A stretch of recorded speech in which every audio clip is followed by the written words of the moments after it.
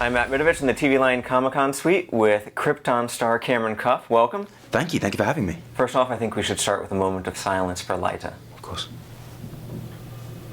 Gone too soon. What did you think when you first read that script where Jax killed her? I thought it was really bold, and I thought it lent really hard into the themes we're exploring this year. Our show has always had the motto that there are no heroes or villains on the show. There's just people who are tremendously motivated to do what they do. And I think in typical science fiction stories that involve civil war, there is the Empire and the Rebellion, and we tend to think of the Rebellion as the good guys.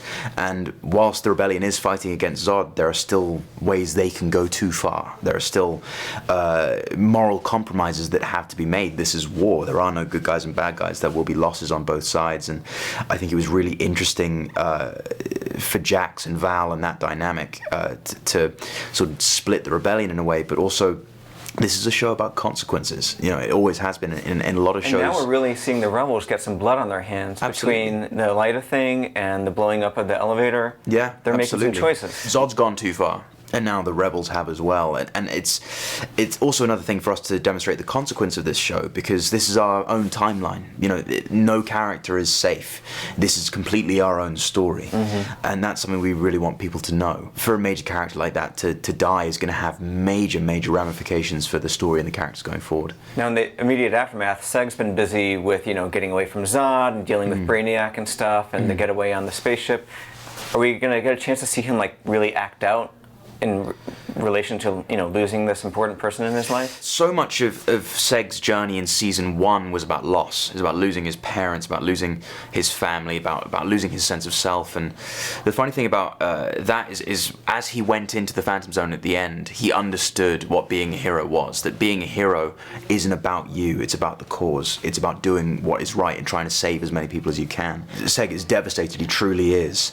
He still has his eye on the mission. And that's one of the most beautiful themes of Superman as well, is that the things that haunt Superman most are the people he can't save. And so that's definitely going to be weighing on Seg's mind going forward. That there was the person he loved most in the world he couldn't save. Now, interestingly though, after Lyta's death, we haven't seen Zod be erased or anything. No. And he's her son, so could it be she's not really dead? Could it be we haven't seen the last of her? All I'll say is keep watching. It wouldn't be Krypton without a few good twists. This season has been so much bigger than season 1. Yes. I mean, the sets, the scope. I mean, it used to feel like y'all were just, doing scenes down a hallway from each other. Yeah. But between the sets, the scope, the stakes, what's that been like for you? It's been awesome. It's been so great. In every way, it sort of felt like an evolution. And I think for us, we did the hard work last year. We've introduced these characters, we've introduced the world, we've introduced the story. Now we get to have fun with it. We really get to play with it. We get to dive even deeper into what this world is and what it means. And for us, that meant really leaning into the science fiction of it, really leaning into the comic book of it all. And it's been such a joy. It was so much fun to play. I've never had more fun doing anything.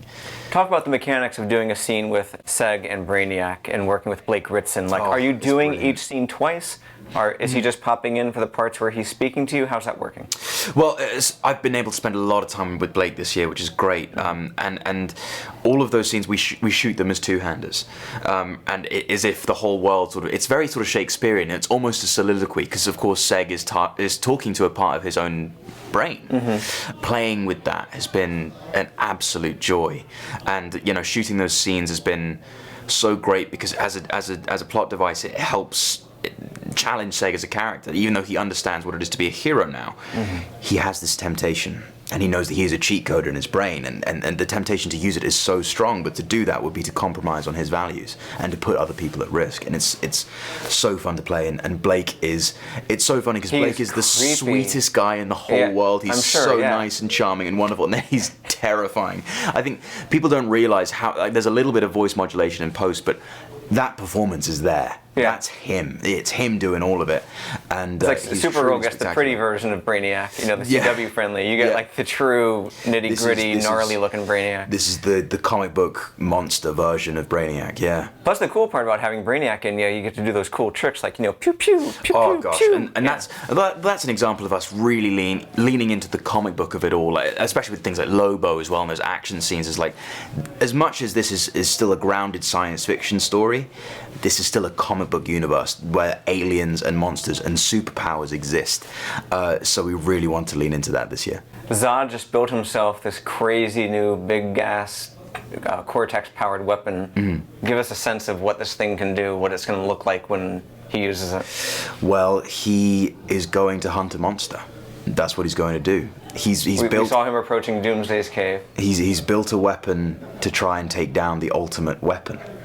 And that's all I'm going to say about that. And then lastly, just give us some sense of what kind of a finale we're getting this year. The biggest episodes we've ever done.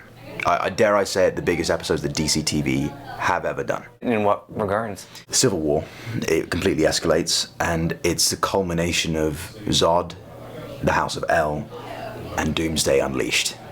It's really, really cool.